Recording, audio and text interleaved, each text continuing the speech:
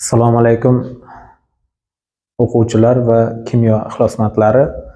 Hozir sizlar bilan moddaning kimyoviy formulasini nimalarni anglatishini ko'rib chiqamiz.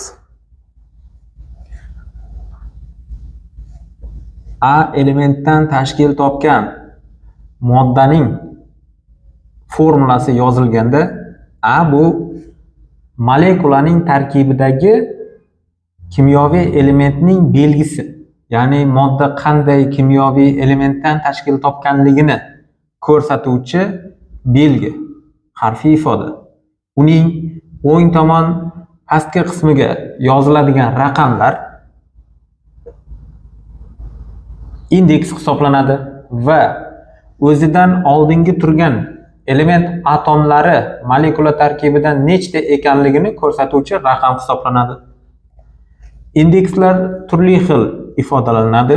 Misol uchun, bitta elementdan iborat bo'lgan molekula tarkibidagi elementlar sonini ko'rsatganda faqat elementning formulasi va uning indeksi. Agar ikki xil elementdan tashkil topgan bo'lganda molekula X va Y. Bunda mana bu X A elementning indeksi hisoblansa, Y B elementning indeksi hisoblanadi.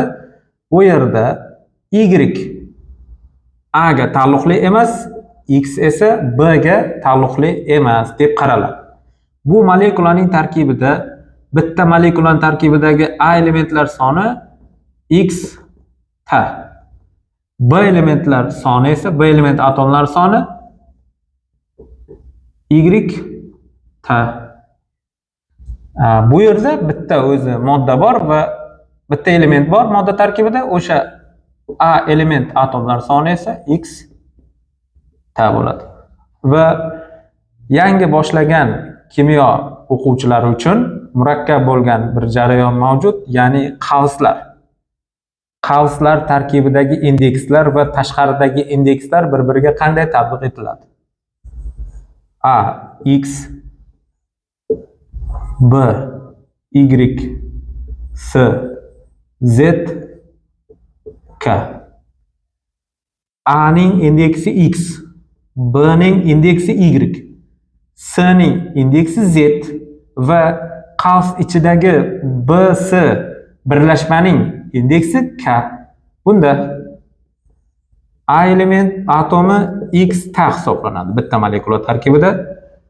B element atomlari ushbu molekulaning ichida nechta degan savolga bu yerda e'tiborli bo'lishimiz kerak. B ning indeksi Y ni qavs tashqarisidagi K, ya'ni umumiy indeksga ko'paytirib olamiz. Y ko'paytirilgan K ta bo'ladi. S esa indeksida Z va tashqaridagi umumiy indeks bilan ko'paytmasi.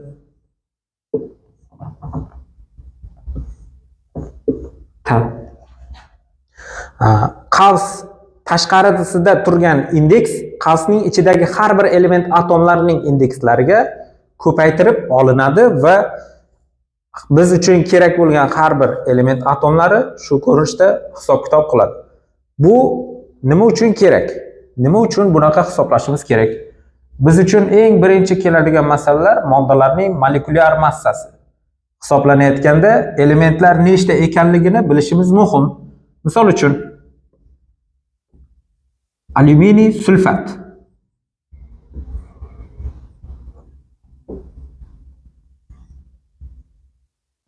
Bu yerda alyuminiy ikkita, oltin gugurt indeksida 1, hech narsa yo'q, yozilmagan bo'lsa, mana bu 4 ni oltin gugurtga tatbiq qilmaymiz.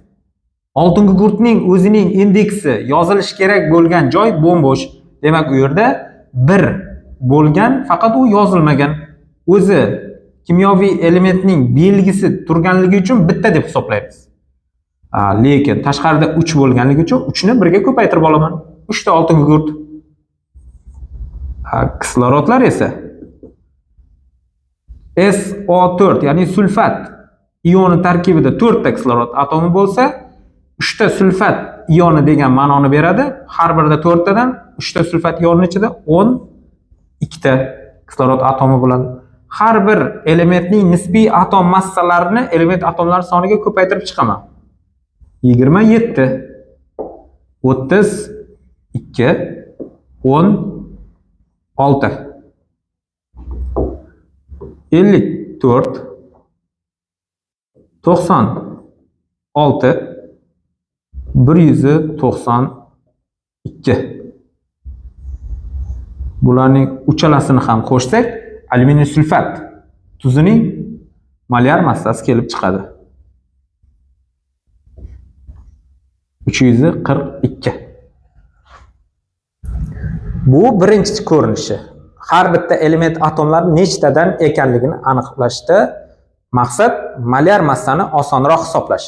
Ikkinchi vazifa har bir elementni molekulalar tarkibida valentligini hisoblayotganimizda nechta atom borligiga ma'lum bir miqdorda urg'u beriladi. Valentlik topilayotganda, molyar massa hisoblanayotganda va boshqa turli maqsadlarda ishlatilishi mumkin molekula tarkibidagi element atomlarining nechta ekanligi topilishi. Buning uchun esa biz indekslariga murojaat qilishimiz kerak bo'ladi.